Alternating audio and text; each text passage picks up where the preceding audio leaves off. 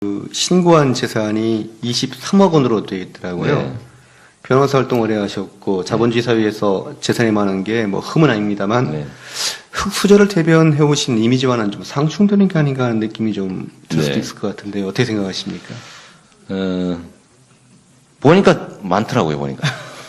근데 그 중에 절반은 집값이고요. 내가 분당에 IMF 때 집을 처음으로, 처음이자 마지막으로 집을 샀는데, 그때 이제 전세 살다가 바꿨는데 그게 그 재산 증가에 도움이 됐습니다. 되게 서글프더라고요, 사실은.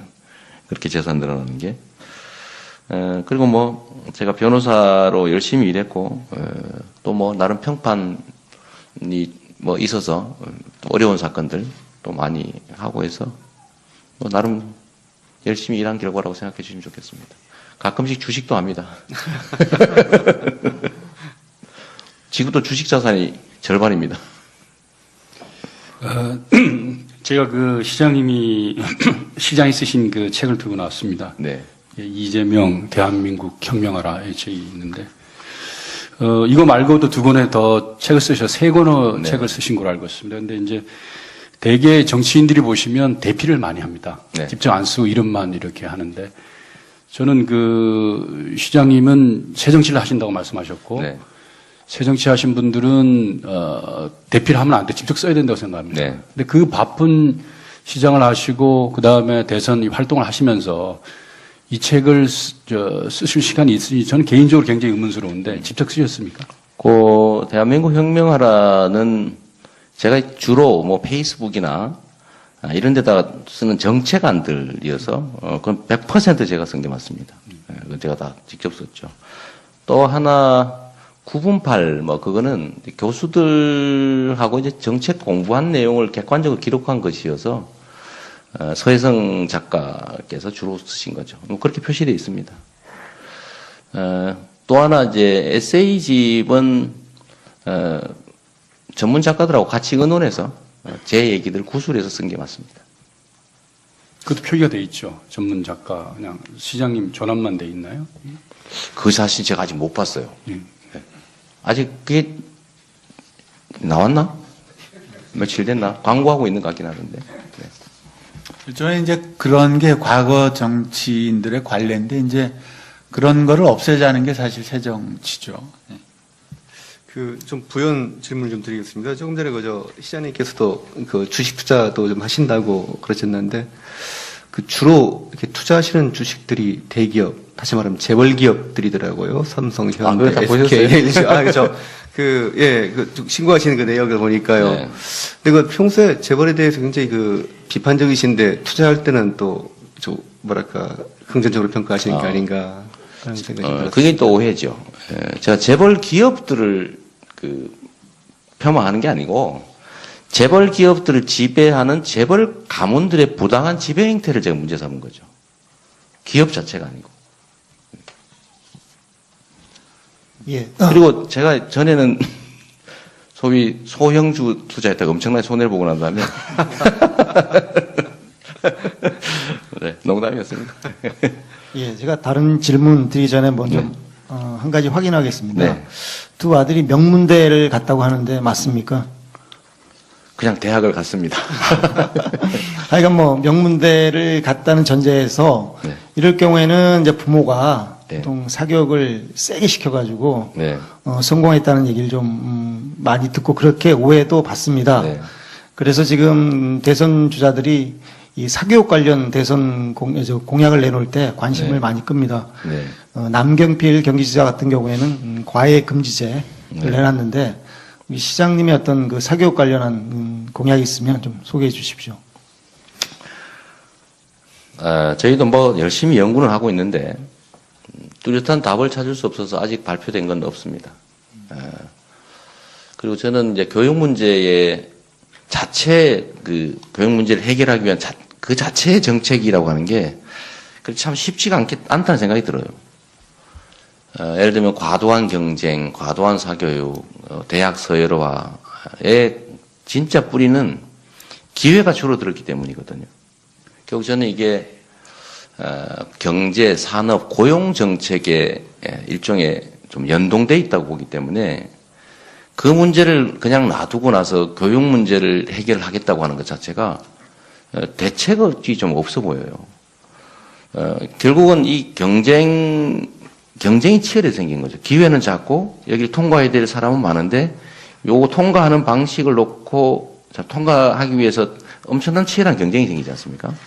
근데 이 치열한 경쟁의 원인 자체를 제거하지 않고 이 경쟁의 방식을 바꾼다고 해서 해결이 되지가 않겠더라. 그래서 저한테도 우리 뭐 참모든 여러분들이 뭐 이런저런 정책 제안들 사실 많이 합니다. 예를 들면 뭐 대학을 정부 지원을 받는 뭐 공영형 사립대를 만들어서 또 공동 전형을 하고 뭐 이런 제안들도 많이 해요. 뭐 언젠가 저희도 발표하겠지만은 사교육 문제에 관한 나는 뭐 이재명 시장의 아들은 사교육 받았냐 안 받았냐? 받았지요. 안 할 수가 없는. 사실 사교육 때문에 저는 집사람하고 좀 많이 다툰 편이에요.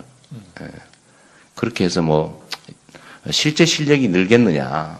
오히려 좀 규격화해서 좀 나쁘다 뭐 이런 입장이면 뭐 제 아내는 물정 모르는 사람이라 그러고 많이 다투는데 이 가외를 금지하는 게 가능할지 국민적 가외가 가능할지 완전 가외를 금지하는 게 과연 바람직한지 솔직히 아직 잘 판단이 안 섭니다. 죄송합니다. 저는 아까도 말씀드렸지만 저는 말하면 지켜야 되는 사람이라서 말하고 못 지킬 것 같은 건 잘 말 안 하려고 하는 그런 점 좀 이해해 주시면 좋겠습니다.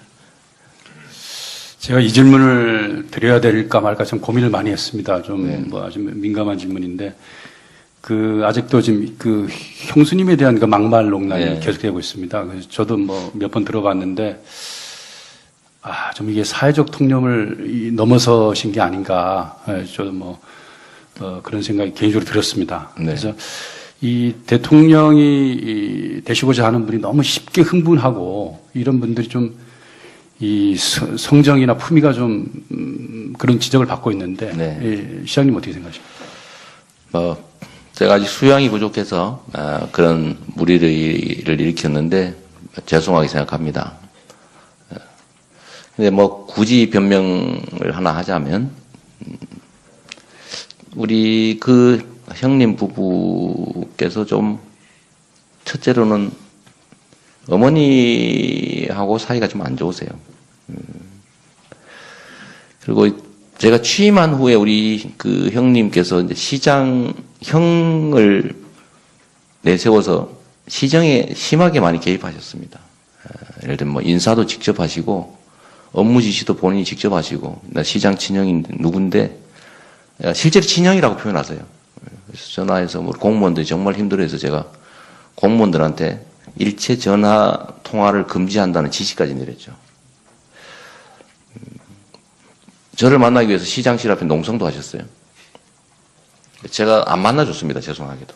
다른 어떤 민원인도 다 만나지만 형님을 만나주는 것 자체가 권력을 부여하는 것이어서 통제할 길이 없게 되겠죠. 그래서 뭐 많이 다퉜어요.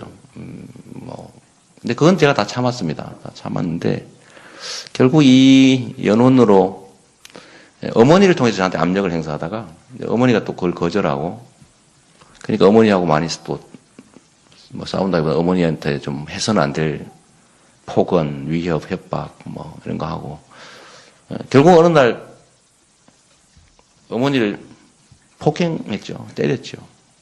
어머니를 때려서 제가 그 어머니 폭행당해서 입원하시고 병원 가시고 이제 제가 집에 보니까 어머니 살림 아끼는 살림 다 부셔지고 이래서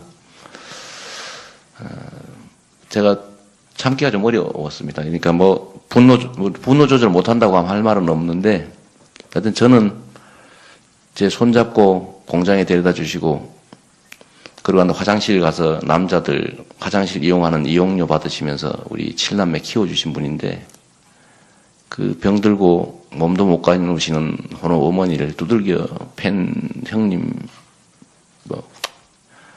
용서하기가 좀 어려웠습니다. 그래도 참았어야 되는데 우리 국민들께서 용서해 주시기 바랍니다. 제가 부족했습니다. 이 시장께서 하셨던 말씀 몇 가지 예를 들어보겠습니다. 네. TV조선을 반드시 폐간시키겠다고 하신 적이 있고요. 반기문 전 유엔 사무총장에 대해서는 친일 독재 부패 세력의 꼭두각시가 된다면 심판을 받을 것이라고 하셨고, 박근혜 대통령을 끌어잡아 박정희의 유해 옆으로 보내자고 연설하기도 하셨습니다. 이런 다소 과격한 발언들 때문에 만약 이 시장께서 대통령이 되면 포용보다는 과격한 포퓰리즘적 국정 운영을 하지 않을까 하는 우려도 있는데, 이런 우려에 대해서 어떻게 생각하십니까? 이제 집회나 이제 시위 현장에서 이제 하는 발언들을 좀 뽑아주실 것 같은데요. TV조선 말씀은 뭐, 폐간할 권한도 없고, 할 수 있다면, 그럴 권한이 있다면, 할 수 있다면 폐간하겠다, 이렇게 좀 과하게 말씀드렸는데, 어쨌든 뭐 사실이 아닌 보도에 제가 타격도 좀 있고 해서, 뭐 해명 겸 좀 과한 표현을 한 게 맞습니다. 근데 이제 지금 이제 찾아내신 게 이 정도거든요. 근데 이건 무슨 뜻이냐면, 저보고 이제 트럼프라고 하시는 분도 계시고, 막말, 또 과격한 표현, 이런 표현을 하시는데, 의외로 찾아보니까 이 정도가 최대치였던 거죠. 그건 무슨 뜻이냐면, 제가 이제 직설적 표현들을 좀 많이 합니다. 그리고 저는 이게 이제 마이너스 요인인 경우가 많지요. 근데 저는 하나 정해놓은 원칙이 있습니다. 이 소위 정치적 언어라고 하는 것으로 우리 국민들한테 다르게 해석되는 말을 써서 속이지 않겠다. 우리 정치인들이 하는 얘기 중에 제일 많이 쓰는 말이 적극적으로 검토하겠다. 긍정적으로 검토하겠다. 장기적으로 검토합시다. 함께 노력합시다. 길이 있겠지요. 이런 경우가 많습니다. 그런데 이게 이제 사실 정치인들 입장에서는 안 된다는 소리를 한 건데, 이제 모면하기 위해서 한 얘기인데, 이걸 듣는 상대방 국민들은 이게 가능성이 있구나, 이렇게 듣습니다.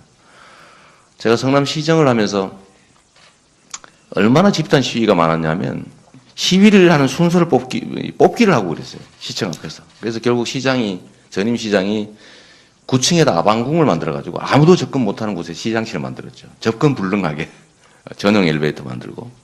그래서 제가 이제 거기를 사용 안 하고 2층에 그냥 아무나 들락날락 할 수 있는 곳에다가 시장실을 옮겼는데, 당연히 수도 없이 쳐들어오죠.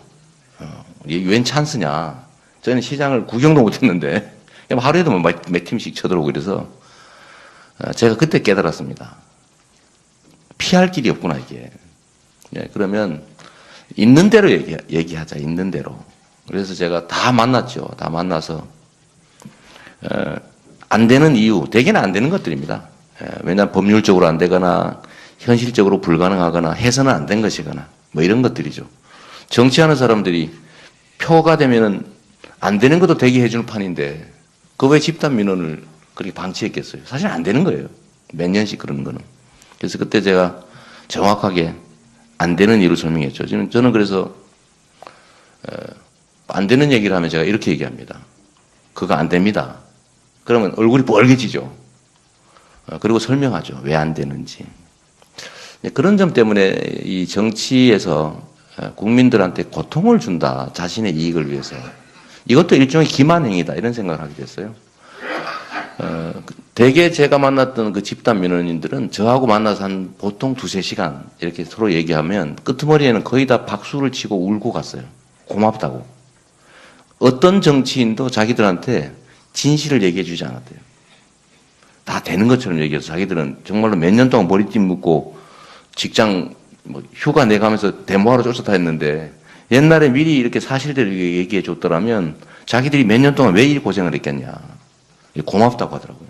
그래서 제가 이제 그때 뭐든지 정확하게 사실대로 얘기하자. 그리고 정치라고 하는 거를 나의 이익을 위해서가 아니라 제가 우리 국민을 대신하는 거니까, 월급 받고 대리해 주는 사람이니까 그 주체들한테, 주인한테 유익하게 해야지, 내가 이익을 얻기 위해서 다르게 해석될 수 있는 말을 하면 안 된다라고 해서 제가 직설적 표현을 많이 하게 됐어요. 근데 그걸 우리 국민들 중에 특히 촛불 집회에 참여하는 분들은 되게 시원하게 느끼는 겁니다. 왜냐하면 다른 정치인들은 말을 하면 자꾸 뺑뺑뺑 돌려가 한 번 더 생각을 해야 되는데, 이재명 시장이라는 사람이 말을 하면 그냥 그대로 액면대로인 거예요. 예. 자신들이 쓰는 언어와 똑같은 거죠. 그래서 제가 거기 재미를 느낀 측면도 있습니다. 아니라고 하면 거짓말이겠죠, 그죠? 그래서 점점 더 이렇게 그냥 일상적 언어, 오해 여지가 없는 명확한 입장, 이런 것들을 자꾸 발표하다 보니까 그렇게 됐는데, 이 박근혜 대통령 얘기도 나름 은유적 표현입니다. 왜냐하면 다 정치적 유산들이라고 하는 게 있잖아요. 저는 유산을 못 받은 사람이에요. 유산 한 개도 없죠. 근데 박근혜 대통령은 박정희 대통령의 유산으로 대통령이 된 분이죠. 저는 그렇게 봅니다. 그게 큰 몫을 차지했을 거예요.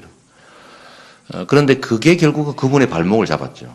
그분뿐만이 아니라 대한민국 국민들에게, 대한민국에게 사실은 엄청난 혼란과 위기, 손실을 초래했는데, 이제는 과거 유산을 가지고 정치할 때가 아니다. 이제 되돌아간 과거의 역사 속으로, 과거 속으로.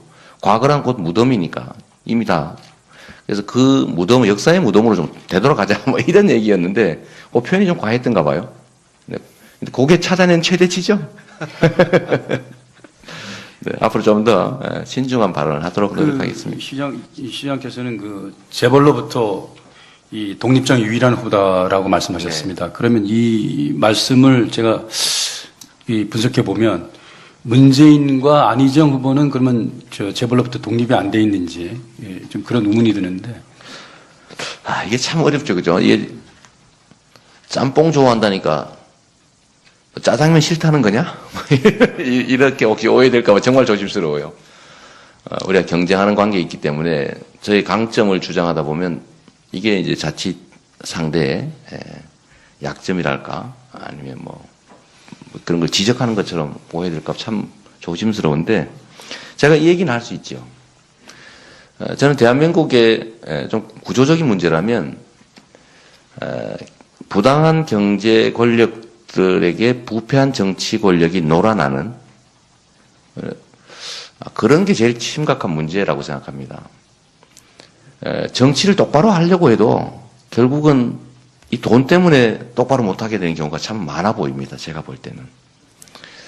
또 국가 권력도 원래는 억강부약하는 게 본질적인 역할인데 이 강자들의 횡포를 억제하고 다수 약자들을 좀 부축해서 같이 살게 하라고 지금 권력을 부여한 거 아니겠습니까? 권력이란 원래 그런 것이죠. 그런데 이 권력을 가진 사람들이 강자들의 횡포에 부안해동을 하거나 아니면 거기 횡포를 지원하면서 거기서 이익을 나누는 이게 소위 부패 권력이죠. 이런 것들이 우리나라 사회의 제일 큰 문제라고 생각을 합니다. 근데 돈으로부터 자유로워야 되는데 정치가 참으로 쉽지 않죠. 다른 후보 얘기를 하긴 좀 그렇고 그냥 일반적인 얘기로 하겠습니다. 지금 대한민국의 법인세가 명목세율이 22%고 실효세율이 한 16%대 그리고 이제 점점점 영업이익이 많을수록 실효세율이 떨어져가지고 10대 재벌 기업 같은 경우는 이제 12.1% 이 정도죠. 그런데 복지는 확대해야 되고 그런데 안희정 지사님이나 우리 문재인 후보께서는 법인세 인상은 안 한다는 거예요. 복지도 확대해야 되고 증세 필요성도 있는데 증세 대상에서 법인세는 제외해놨습니다. 저는 제일 증세를 한다면 제일 중요한 대상이 법인, 또 영업이익 좀 많은, 저는 500억 이상 영업이익 얻는 곳은 한 8% 정도, 증세하면 한 15조 정도가 생기니까 좀 국가 재정에 좀 크게 도움이 될 거라고 생각하는데 이런 점에서 보면 재벌 이익을 챙겨주는 측면이 있죠. 또 한 가지 이런 것도 있습니다. 제가 여러 차례 문재인 후보에게 여쭤봤는데 답이 없으세요. 제가 며칠 전에 집회 현장에도 한번 여쭤봤는데 그거 혹시 실수하신 거 아닙니까? 이렇게 제가 이렇게 물어봤는데 그게 뭐냐면 준조세 폐지 공약을 하셨습니다. 이 준조세는 두 종류가 있는데 소위 비자발적 후원금, 더하기 법정 부담금이 두 가지로 구성이 됩니다. 비자발적 후원금인가 뭐 무슨 어디 행사 지원하고 이런 것들은 1조 3천억 정도밖에 안 됩니다. 그런데 그거 말고 법정 부담금이라고 무슨 어디 대규모 개발을 해서 이익을 얻으면 그 이익을 얻기 위해서 필요한 시설들이 있습니다. 아파트 단지를 개발하면, 아파트를 분양하면 학교 용지 부담금을 내야 될 거 아닙니까? 학교 만들어야 될 거 아닙니까? 예를 들면 한전 그 부지에다가 현대자동차가 땅의 용도를 바꿔서 엄청난 초고층의 사옥을 지으면 부동산 가치가 엄청나게 올라갑니다. 그 토지의 가치가 올라가면 이 토지 가치 상승분의 일부를 공적으로 회수해야죠. 강남 사옥에 부과된 부담금이 1조 7,600억인데 이런 것들을 다 면제해 주겠다는 거예요. 15조 원인데 결국 그러면 그 15조 원 정도를 면제를 해주면 꼭 필요한 비용이기 때문에 국민이 다 내야 됩니다. 그럼 1인당 30만 원씩 매년 내야 돼요. 그래서 이런 것들을 보면 국민의 부담을 늘리고 대기업들, 뭐 기업들, 주로 대기업들이 혜택을 보니까요. 거기에 법정 부담금을 면제해 주겠다고 하면 이게 이게 편이 아니라 우리 사회가 닥치고 있는 당면은 가장 큰 문제, 즉 불평등과 불공정과 격차. 이거 해결할 길이 없이 더 악화되지 않습니까? 이런 것들 말씀드리는 거죠. 뭐 다른 것도 있습니다만 뭐 더 얘기 안 하기로 하고 그런 면에서 보면 돈으로부터 또는 좀 더 크게 보면 우리의 경제 권력으로부터 사실 저한테도 많이 유혹 많습니다. 뭐 이런 말씀 드리긴 못하지만 사실 도와주겠다고 많이 접근해요. 근데 제가 다 차단하죠. 없이 그냥.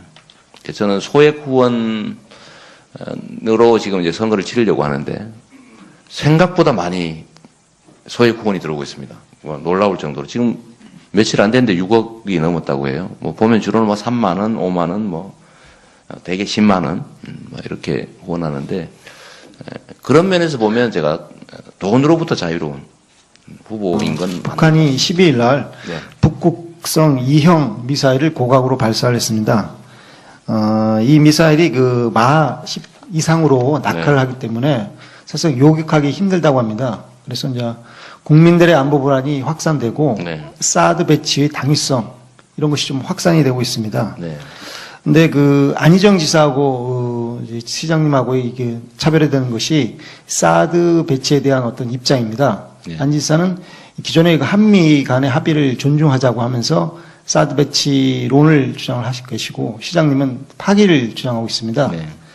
그 입장에 대해서 혹시 변화를 내지 바꿀 생각은 없는지 아니면 확고히 계속 유지하고 계실 건지 좀 입장을 좀 말씀해 주십시오. 사드는 사실 인구의 절반이 사는 수도권을 전혀 커버하지 못하는 건 누구나 아는 사실이고요. 더군다나 그게 아까 말씀드렸던 것처럼 북핵 개발 억제를 위한 국제공조에서 이제 중국이 발을 빼려고 하기 때문에 사실 북한 핵 개발 억제를 위한 억제보다는 오히려 좀 완화시켜주는 측면이 있습니다. 그런 측면에서 우리 손실이죠. 또 예를 들면 이게 대한민국의 안보의 근본적인 대책이냐 아니면 더하기 빼기 해봤을 때 종합적으로는 손실이냐라는 걸 생각해 봐야 되는데 저는 손실 요소가 더 많다고 보는 겁니다. 사드라고 하는 이 하나의 이제 무기 체계를 도입했는데 이게 지금 최대 제가 알기로는 48기인데 북한이 가지고 보유하고 있는 미사일이 최하 600에서 1000기 정도 된다는 거 아니겠습니까? 이게 100% 다 맞춘다고 한들 진짜 대책이 되겠냐. 그런 거 안 하고요. 또 한 가지는 우리가 급할수록 돌아가라고 했다고 진짜 안보는 평화체제를 구축하는 겁니다. 평화체제 구축이 되지 않은 상태에서 끊임없이 군비 경쟁을 하게 되면 결국 우리는 북한이 핵 개발을 하게 되고 핵 개발하면 우리도 거기에 대한 뭔가 대응책을 또 강구해야 되고 끊임없이 긴장, 대결 격화될 텐데 이게 과연 이 방향으로 가는 게 바람직한지에 대해서 근본적인 좀 생각을 해봐야 될 것 같아요. 그래서 저는 좀 한반도에 기본적으로 평화 체제를 구축하기 위한 정전 협정을 좀 평화 협정으로 바꾸고 또 북미 북일 수교 좀 지원하고 이런 것들을 통해서 서로가 안보에 대한 또 체제에 대한 좀 안정감을 갖게 하는 게 중요하지 않겠느냐고 생각합니다. 그런데 지금은 모든 대화 채널을 끊고 오로지 제재 압박 일변도로 계속 가다 보니까 결국 막판에 뭐가 나오겠습니까? 결국은 무력 충돌밖에 안 나올 겁니다. 그래서 저는 좀 길을 좀 바꾸자. 제재 압박도 좀 필요하지만 거기에다 좀 더하기 위해서 서로 말은 해봐야 되지 않느냐. 좀 길을 한번 찾아봐야 되지 않느냐. 그냥 새로운 길, 대화와 협상이라고 하는 길은 완전 봉쇄하고 그냥 오로지 제재 압박 일변도로 가다가 무력 충돌이라도 발생하면 우리가 뭐 강력한 국방력으로 이겨야 되겠죠. 근데 이기는 게 무슨 의미가 있습니까? 저는 아무리 비싸고 좀 더럽더라도 평화가 이긴 전쟁보다 낫다고 생각하는 사람이죠. 그래서 좀 근본적으로 좀 평화체제 구축을 위한 노력을 좀 강화할 필요가 있다고 생각합니다. 지금 이 시장께서는 그 군 복무 기간을 10개월로 줄이겠다는 공약을 내놨습니다. 네. 그런데 육군 그 복무 기준으로 봤을 때 10개월로 줄이게 되면 반토막이 됩니다. 근데 보통 남자가 군에 가서 병영 생활에 적응하고 주특기를 배우려면 한 10개월 정도가 걸리거든요. 네. 10개월로 줄이게 되면 뭐 입대하자마자 거의 뭐 제대하는 거는데 네. 그래서 너무 비현실적이라는 지적이 많이 나옵니다. 거기에 네. 대해 반론이 있습니다. 네. 이게 이제 복무 기간 줄이는 것만 집중하다 보니까 그렇게 된 것인데 원래는 지금도 뭐 그렇게 발표되어 있습니다만은 제가 복무 기간을 줄이는 게 주 목표가 아니고 그야말로 군의 전문화를 통한 스마트 강군 양성이라고 하는 것의 이 부수적 결과 중에 하나가 복무기간 단축이었습니다. 제가 설명을 한번 드리면 우리나라 군인이 총 63만입니다. 뭐 몇천 단위는 제가 빼고요. 63만인데 원래 정부 계획에 의하면 지금 현 정부 계획에 50만으로 줄이게 돼 있어요. 50만으로. 13만을 줄이게 돼 있죠. 근데 못하고 있어요. 근데 이건 제가 줄인다는 거 아닙니다. 혹시라도 오해하지 마시고. 그리고 우리나라의 장교와 직업 군인이 20만 정도 됩니다. 뭐 한 19만 어떻게 되는데 한 20만 정도 되죠. 그럼 의무 복무병이 30만입니다. 근데 이 43만인데 30만으로 줄이는 게 정부 계획입니다. 근데 그냥 줄이면 전투력이 좀 낮아질 수 있지 않습니까? 그래서 이 30만 중에서 10만 명을 전문 전투병, 무기, 장비 전문 요원으로 모병을 하자는 겁니다. 보수를 주는 준 직업 군인을 만드는 거죠. 그래서 이 젊은이들로 하여금 모병으로 가거나 의무 복무하거나를 선택할 수 있게 해주자. 모병으로 가면 지금 하사관 초임이 한 200만 원 정도 되는데 월. 되게 그 정도 준다고 치더라도 10만 명을 전원하면 2조 5천억 정도가 되는데 이미 이제 병사들한테 주는 월급이 있고요. 이걸 이제 의무 복무병이 아니라 10만 명을 전문 전투병으로 바꿔주자는 거죠. 그래서 전투력이 좀 올라갈 수 있게. 그러면은 의무 복무하는 사람이 20만으로 줄어들게 됩니다. 정부 계획에 의해서 13만이 줄어들게 되고 그 다음에 모병 10만 명이 있으니까 의무 복무는 20만을 줄죠. 그래서 의무 복무하는 사람이 43만에서 20만을 줄게 되는 거예요. 그러면 이거를 우리가 어떻게 할 거냐. 군에 가는 사람을 줄일 것이냐. 그럼 복무기간을 줄일 것이냐. 이건 선택해 봐야 되는데 이게 국민개병제라고 하는 입장에서 있잖아요. 국방의 의무는 다 이행을 해야지 가는 사람을 줄이는 건 바람직하지 않은 것 같아요. 제가 보기에는. 그래서 복무기간을 줄이고 다 군대를 가게 한다면 복무기간은 자연스럽게 줄어들 수밖에 없죠. 근데 여기에 대한 반론으로 아까 말씀하셨던 대로 뭐 좀 배울 만하면 이제 집에 가지 않냐라는 얘기인데, 요즘 현대전은 무기와 장비로 하는 거지 병사 숫자로 하는 게 아닙니다.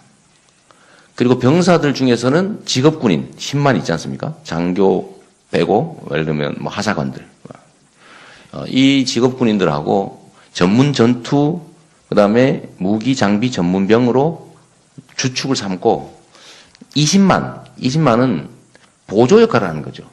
예를 들면 행정, 지원, 경계, 그 운전, 취사 이런 것들 말입니다. 근데 이거는 10개월 배워서 집에 가도 별로 안 아깝죠. 그래서 이제 그런 점들 다 고려해 본 겁니다. 그래서 통상적인 전투병이 10개월 하고 집에 가는 건 문제가 있죠. 그거를 전문 전투병으로 좀 바꾸고 무기 장비 전문 요원으로, 제가 이걸 왜 이 생각을 했냐면, 제가 이 군부대의 지휘관들하고 몇 번 얘기를 해봤는데, 특히 이 뭐 포병이니 뭐 이런 장비 다루는 쪽, 공군 뭐 이런 데 얘기를 들어보니까 고장을 자꾸 낸대요. 신인병들이 와가지고. 그 엄청 막 수백억씩 하는 장비인데, 그런데 그 말을 하는 거죠. 맨날 고장 내다가 이제 고장 안 내고 제대로 운영할 만하면 집에 간다는 거예요. 그래서 이거를 해결하는 방법은 결국은 군의 전문 요원을 키우고 그 안에서 직업 군인을 뽑고 이런 비용도 줄죠. 이게 오히려 군의 전투력이나 방위력을 올리는 데 도움이 되겠다라고. 이재명 시장님의 대표적인 공약 중에 하나가 기본소득입니다. 네. 그리고 기본소득에 대해서 지지하는 분들이 참 많이 있더라고요. 네. 그래서 이 기본소득을 보면 받는 사람이 토지 배당금을 보강하면 거의 전 국민에 해당됩니다. 네. 그런데 이 재원이 들어가는 재원이 43조 원이고, 문제는 제가 보기에는 그 부담을 400대 대기업, 소득 10억 원 초과 소득자 6,000명, 그리고 이 시장님 표현을 빌자면 1% 땅 부자들, 수혜를 받는 사람은 전 국민인데 부담하는 사람은 지나치게 소수인 것 같다는 느낌이 듭니다. 그래서 그러면 이들이 그 부담을 떠안으면, 그러면 이거를 써서 기본소득으로 하십시오. 매년 계속 드리겠습니다. 이렇게 할까요? 그랬으면 이전에 사람들은 왜 안 했을까요? 그러면 그 사람들은 편법을 써서 자기의 소득을 깎든지 임금을 깎든지 아니면 뭐 가격을 올리든지 집세를 올리든지 어떤 형태로든 하지 않겠습니까? 이게 화수분처럼 그렇게 계속 재원이 나올 수 있을까요? 이거 좀 구분해 주시면 좋겠는데, 저는 이제 기본소득은 2단계로 하려고 합니다. 첫 번째는 좀 어려운 국민들 상대로 부분적으로 기본소득을 도입합니다. 첫째는 출산, 보육 때문에, 보육, 교육 문제 때문에 출산을 하지 않습니다. 그래서 이게 지금 출산율을 올리는 게 우리나라의 가장 중요한 과제가 됐는데, 그래서 보육비와 교육비를 지원한다는 측면에서 이제 아동들 지원해야죠. 청년 어렵습니다. 노인 자꾸 자살하고 이러니까, 그다음에 장애인들, 농민 이렇게 하니까 2,800만 명이 나왔고, 연간 100만 원 정도를 지급하다 보니까 28조 원 정도가 필요합니다. 그리고 이게 뭐 여러분들 생각은 분배 정책이라서 성장에 도움이 안 될 거라고 생각하는데, 이게 바로 성장에 필요한 정책입니다. 특히 지역경제 활성화를 위해서 이 지급하는 기본소득은 해당 지역에서만, 자기 사는 지역에서만 쓸 수 있도록 지역 상품권으로 지급하면 지역경제가 살게 되죠. 성남시가 실제로 좀 해봤는데 소액이지만 상당히 효과가 있었습니다. 재원은 어디서 나오느냐 하면, 지금 우리나라 국가예산 400조고 매년 국가예산 증가분이 한 15조에서 18조씩 이렇게 증가합니다. 28조 원이면 총액 예산 기준으로 한 7% 정도 해당이 되죠. 예산은 사실은 철학과 의지 문제라서 만들려면 충분히 만들 수 있습니다. 투자 대비 효과를 따지더라도 지금까지 어디에 썼는지도 모르게 쓰는 것보다는 국민들한테 직접 가처분 소득을 늘려주게 되면 국민들도 살기 좋아지고 그리고 경제도 활성화되겠죠. 그래서 일단 이거는 법인세 올려서 충당하게 되는 건 아닙니다. 왜냐하면 이게 저는 조세 저항이라고 하는 것이 있고, 법인세 올리는 게 실제로 실행이 안 되면 이 공약을 이행을 할 수가 없지 않습니까? 저는 약속을 한번 지켜야 된다라고 하는 사람이어서 그래서 제가 시장할 때도 공약 이행률이 96%거든요. 그래서 이거는 예산 조정을 통해서 7%를 통해서 조달할 거니까 재원 걱정 안 하셔도 됩니다. 두 번째는 국토보유세 신설을 통한 기본소득은 이건 전 국민을 상대로 진정한 의미의 기본소득인데 액수는 매우 작지요. 연 30만 원 정도로 한번 시작해 보려고 하는 겁니다. 여러분들은 자동차를 가지고 계십니다. 자동차를 가지고 있는 대신에 자동차 가격의 2%의 보유세를 내고 있어요. 그게 자동차세죠. 그런데 우리나라의 토지 자산이 6,500조 원쯤 됩니다. 토지. 근데 토지는 자동차와는 달리 우리 국민 모두의 것이죠. 그래서 토지 공개념이라고 하는 게 있는 겁니다.